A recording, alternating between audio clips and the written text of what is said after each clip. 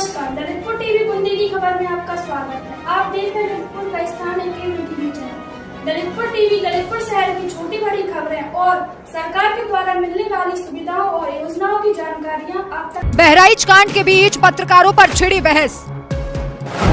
मुस्लिम पत्रकारों पर क्यों भड़के बीजेपी विधायक।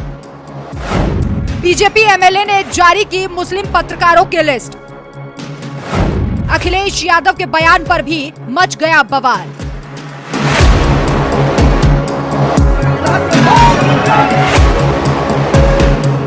उत्तर प्रदेश के जिला बहराइच में मूर्ति विसर्जन के दौरान हुए विवाद के बीच मारे गए गोपाल मिश्र को लेकर गजब की राजनीति चल रही है। एक तरफ जहां समाजवादी पार्टी गोपाल मिश्र के बहाने योगी सरकार पर ताबड़तोड़ प्रहार कर रही है, तो वहीं दूसरी तरफ बीजेपी के तेज तर्रार विधायक शलभ मणि त्रिपाठी भी लगातार मोर्चा संभाले हुए हैं और समाजवादी पार्टी को मुंह तोड़ जवाब दे रहे हैं। तो वहीं अब वार पलटवार का ये सियासी खेल अब मुस्लिम पत्रकारों की तैनाती तक भी पहुंच गया है।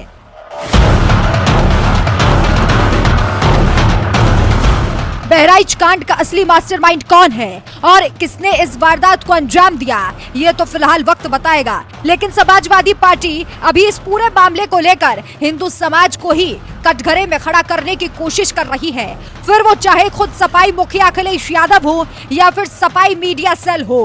13 अक्टूबर को बहराइच में हुए बवाल के अगले ही दिन समाजवादी पार्टी के मीडिया सेल की ओर से एक वीडियो पोस्ट की गई, जिसमें गोपाल मिश्र एक घर से हरा झंडा हटाकर भगवा झंडा लहराते हुए नजर आ रहा है। इस वीडियो को पोस्ट करते हुए सफाई मीडिया सेल की ओर से लिखा गया, बहराइच में जिस गोपाल को गोली लगी है उसकी मौत से पहले का ये वीडियो देखिए। गोपाल एक मुस्लिम के घर में जबरन घुसा, वहां से हरा झंडा उतार कर फेंका और जबरन भगवा झंडा लहराया। अब इस मासूम गोपाल के मन में ये करने का जहर किसने भरा, कौन इस साजिश के पीछे शामिल है, ये समझना कठिन नहीं है।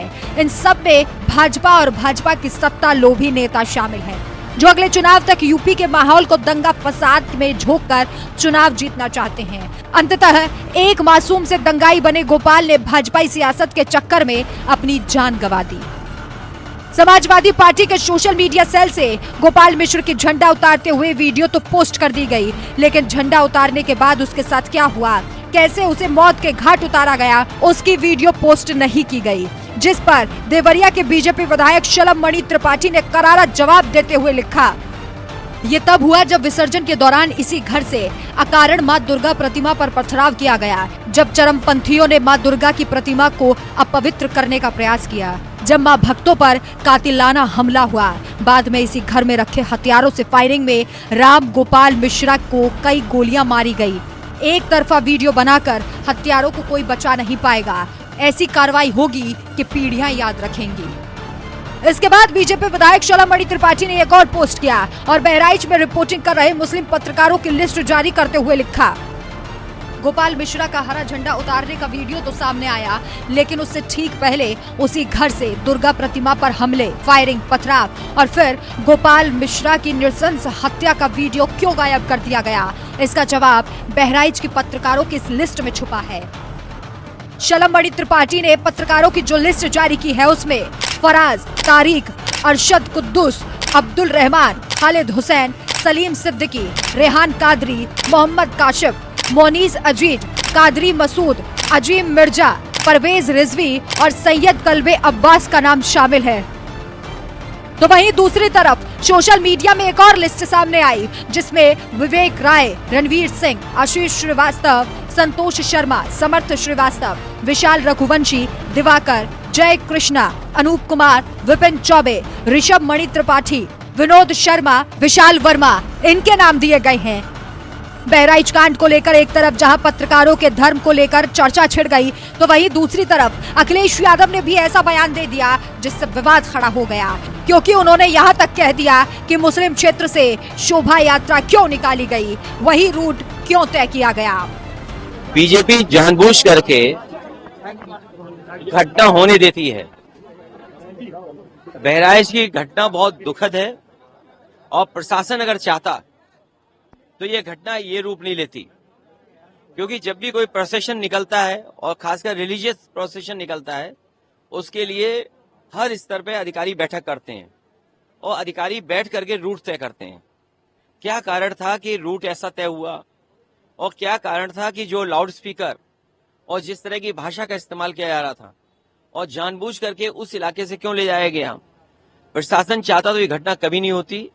प्रशासन की वजह से आज इतनी बड़ी घटना हुई है जहां दोनों पक्ष के लोगों का बड़ा नुकसान हुआ है और बीजेपी की कोशिश रहती है कि नफरत फैले, लोगों के समाज में दूरियां बने, उसी से राजनीतिक लाभ भारतीय जनता पार्टी लेती है। मुख्यमंत्री कह रहे हैं दोषियों को बख्शा नहीं जाएगा, चाहे वो अधिकारी हो या अपराधी। मुख्यमंत्री जी अधिकारियों को खुली छूट दिए हुए हैं और खुली छूट देने का परिणाम ये है कि इतनी बड़ी घटना हो गई। क्या सरकार को ये नहीं जानकारी में रहा होगा कि रूट क्या है, आप किस तरह के क्या आयोजन में क्या गाएंगे, क्या सुनाएंगे। वहां के प्रशासन को पता है कि गलती किसकी है, जिम्मेदारी किसकी है।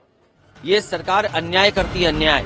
अब आप खुद ही बताइए, क्या हिंदुस्तान में किसी जगह पर अगर सबसे ज्यादा मुसलमान है तो क्या मुसलमानों के उस क्षेत्र से हिंदुओं को शोभा यात्रा नहीं निकालनी चाहिए और ना ही डीजे बजाना चाहिए।